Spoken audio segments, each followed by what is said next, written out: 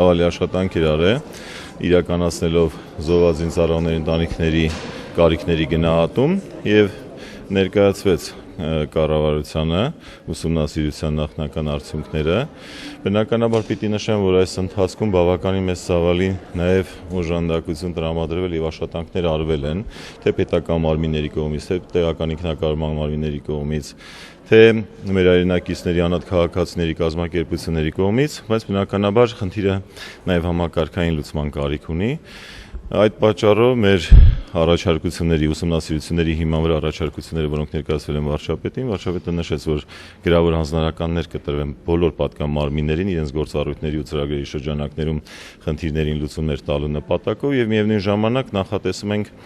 սոցիալական աշխատողի ինստիտուտը որպես այդպեսին գործարկել լիարժեքորեն, քանի որ գիտեք, մենք վերջին տարիներին իրականացնում ենք ինտեգրված սոցիալական ծառայությունների համակարգի ներդրման աշխատանքները, որը ենթադրում է յուրաքանչյուր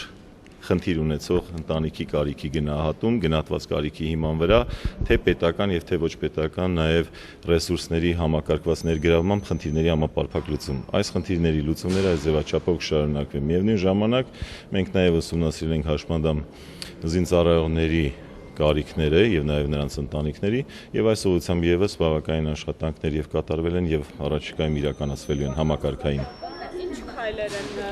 աշխատանքի կտեղավորվեն, բազմաթիվ ծրագրեր կան, տեսեք,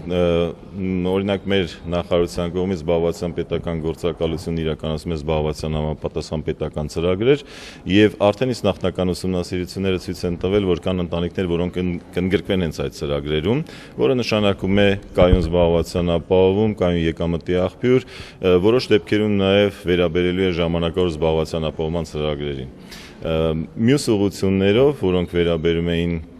բազմաբնույթ ընտանիքների մյուս կարիքներին, դրանք ուղղակի սոցիալական դեպքի վարում են նշանակում, սոցիալական դեպքի վարման շրջանակներում դրանց լուծումներ ընդգրկելով, նշեցի, թե պետական, թե ոչ պետական ռեսուրսները։ Այս աշխատանքներին կարծում եմ դուք արդեն ընթացքում եւս տեղյակ կլինեք արդյունքներին։ Ովքեր են, էլի կարող են 64-ը բնորոշել, ինչ խմբեր են։ Նկատի դա ուրեմն ապրիլի 1-ից 10 ընկած ժամանակահատվածում զոհվածների թվականակներ կան եւ սպայական կազմի եւ ենթասպայական եւ շարքային, ինչպես նաեւ աշխարհազորայիններ եւ պիտի նշեմ, որ այդ ընթացքում, ինչպես գիտեք, նոր զոհեր ենք մենք ունեցել, այս աշխատանքները նաեւ շարունակվել են, այսինքն այդ աշխատանքները շարունակական բնույթ են կրում, չենք սահմանափակվել նշված թվականակով։ Բնական է։ Պարոն Ասատրյան, գուցե դուք կկարողանաք ասել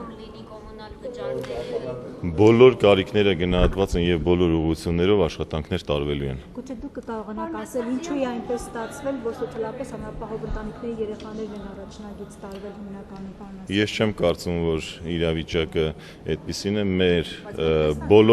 բոլոր ընտանիքների զավակներն էլ այսօր իրենց պարտքի կատարում են իրենց հայրենիքի հանդեպ եւ ես կարծում եմ, որ դա ներկայացնում է մեր ամբողջ հասարակության սպեկտրը։ Երեխաները պաշտոնյաների։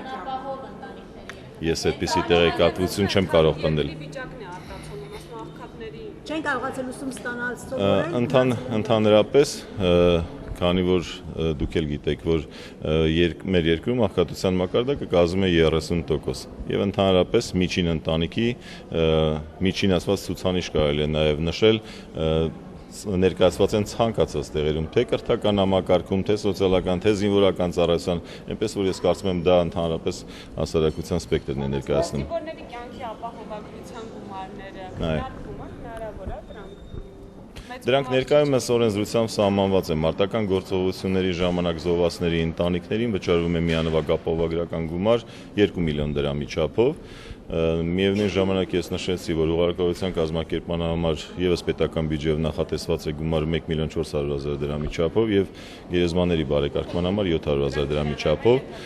Դրանք տրամադրվում են Պաշտպանության նախարարության կողմից ներկայումս օրենսդրությամբ սահմանված չափերով։ Պարոն նախարար, կառավարության ուսումնասիրում մերժվեց նվազագույն աշխատավարձը բարձրացնելու օրենսդրական նախաձեռնությունը, կարող եք ասել բյուջեում գումար չկա նման։ Ես նշեցի, որ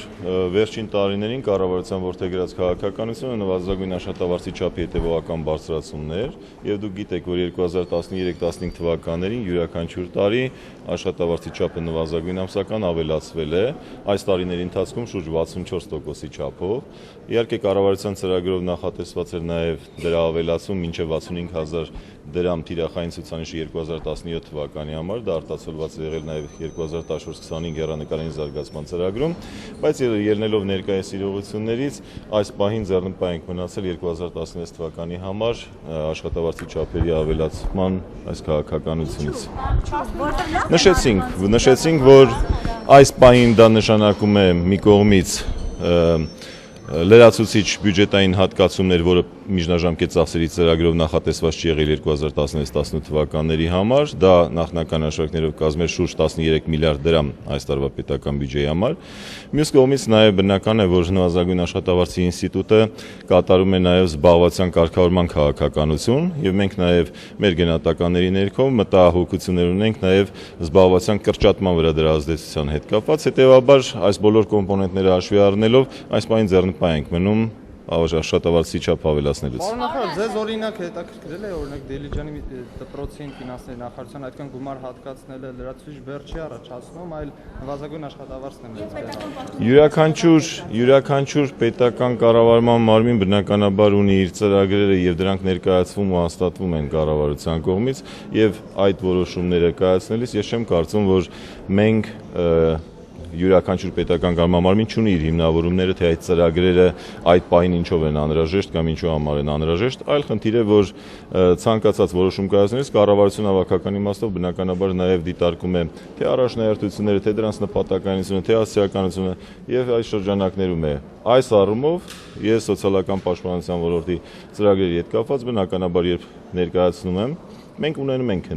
քննարկումներ, քանի որ պետական բյուջեի շուրջ 30% հատկացվում է սոցիալական պաշտպանության ոլորտին, սոցիալական ծրագրերի ծախսերին եւ բնականաբար միշտ լինում են հարցեր, որոնք լրացուցիչ ֆինանսավորման կարիք են ունենում, այս շրջանակներում քննարկվում եւ որոշում է կայացվում, թե որն է առաջնահերթությունը, որն է ամենակարևորը տվյալ բյուջետային միջոցների ծախսման ուղղությունը ճիշտ որոշելու համար։ Սա է քաղաքականությունը։ Որ առաջնագծում միայն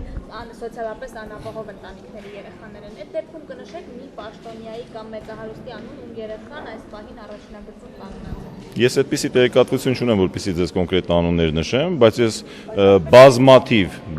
բազմաթիվ մեր նույն պետական պաշտոնյաների գիտեմ, որոնց զավակները այո այսօր ծառայում են Հայաստանի Հանրապետությունում։ Շնորհակալություն։